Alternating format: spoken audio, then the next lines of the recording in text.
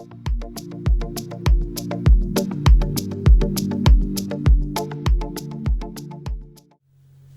everyone. I like to share with you sometimes feelings of energies that are brewing or that you can make use of in some way, and equinoxes and solstices are some of those times. And I find it absolutely fascinating that the ancient civilizations could map the stars and pinpoint exact days where the light from the sun would come through to Earth and can light up a particular chamber at a particular time.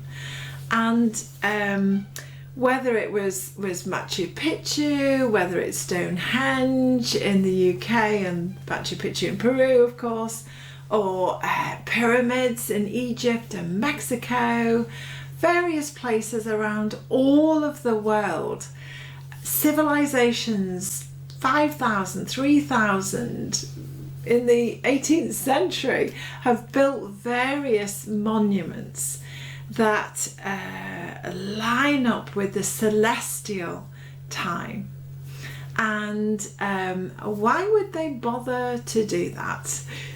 It's about ceremony, and it's about balance, and it's about honouring all that you are, the higher being that you are. So we have got coming up our September 23rd in the UK. I've just looked it up, it's at 7:49 a.m. And this is the autumn or the fall, the autumn equinox. So the equinoxes are in the autumn and the spring, and then the solstices are winter and summer. And various monuments around the world celebrate and mark the rise of all of these 4 quarters of the year. So with this one coming up, it seems particularly poignant at the moment to invite you to really tune in, to not miss out on this particular one that's coming up.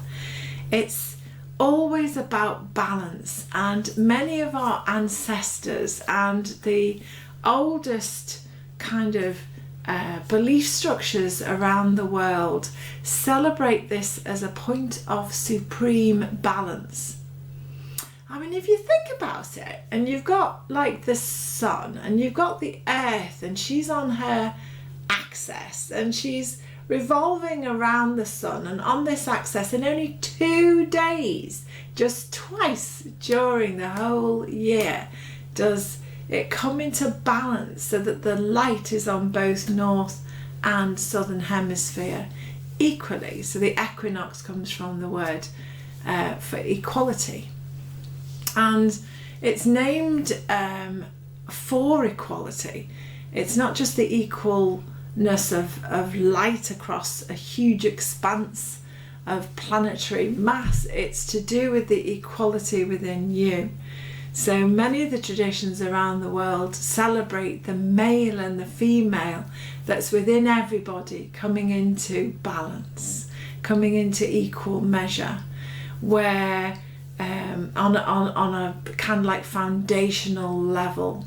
And then the celestial vibrations that are around at this time invite you into balancing anything within yourself that you have kind of made a judgment on, that you've made a judgment that you're male, you've made a judgment that you're female. Anything to do with judging, anything to do with the knowing of that is asked for you to dispel all of it, to be fully inclusive, to go one step higher and say, yes, I am fully embodying the female that I am, or the maleness within my feminine, whatever those 2 polarities of north, south, of within, without are.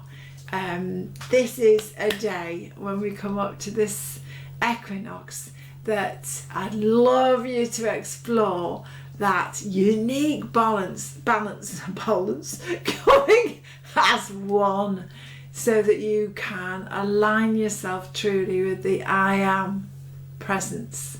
So it's all together. It brings it all in.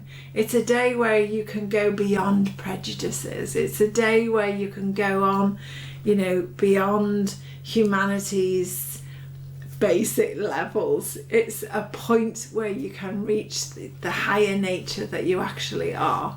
So yeah, I just thought it would be an invitation just to join me at that time to just take some time of silence and be with yourself and go into the I am presence, so that you can actually activate or make the most of these celestial times that have been there forever and continue to show up. So wouldn't it be nice if we showed up for it too? So that's something just as a reminder of what's coming up, but also to talk about the next full moon. And this next full moon in September, you know, it's on the 29th. I think it's around 9 or 10. Is it? Yeah, anyway, can't remember the exact time of it on that day, but it's the 4th supermoon in a row. Okay, and there happens to be 4 supermoons this year. So this September one is going to be the last of the supermoons. The supermoons are ones that are basically closest to the Earth. So they provide the most light. They provide the most light in the darkness, which means everything of shadow is lit up for you to decide what to do with. So, I've got it written down here as being 10:57 a.m. on September 29th. You'll have to look up that time. It's not sitting completely right with me there. I'm sure you'll let me know exactly what time it is wherever you are in the world. But it's end of September, and what's so lovely about, I love the September. Ever since a kid, I've always loved the September moon, because it's the harvest moon, and it's usually end of September, sometimes beginning of October, and it's the moon that's closest. The harvest moon is always the one that's named the harvest moon, the one that's closest to the equinox. And so the harvest moon is always the one where farmers could actually bring your harvest in and could carry on working through the night, especially if it's a supermoon. So it was treasured amongst the harvesters who were getting all of the crops in and all the things that you needed in to last you through the winter. So this is a real marking and beautiful feeling of autumn. Once it starts getting colder, it marks the end, the equinoxes marks the end of summer and the beginning of autumn, and all the preparation that one does to meet the winter in a calm and strong way. And the harvest moon, or the corn moon as it's called sometimes in other parts of the world, denotes the time of the great harvest, of being grateful, of being thankful for all of the life-giving foods and sunshine and rain and all of the elements that we've had during the year, so that it can help us through the times of winter. So yeah, I was just reflecting really on balance, on gratefulness, on the I am presence, and the many teachings our ancient ones have left for us to ponder on. Happy equinox and a happy full moon, and I'll see you again soon. Lots of love. Mwah. Bye for now.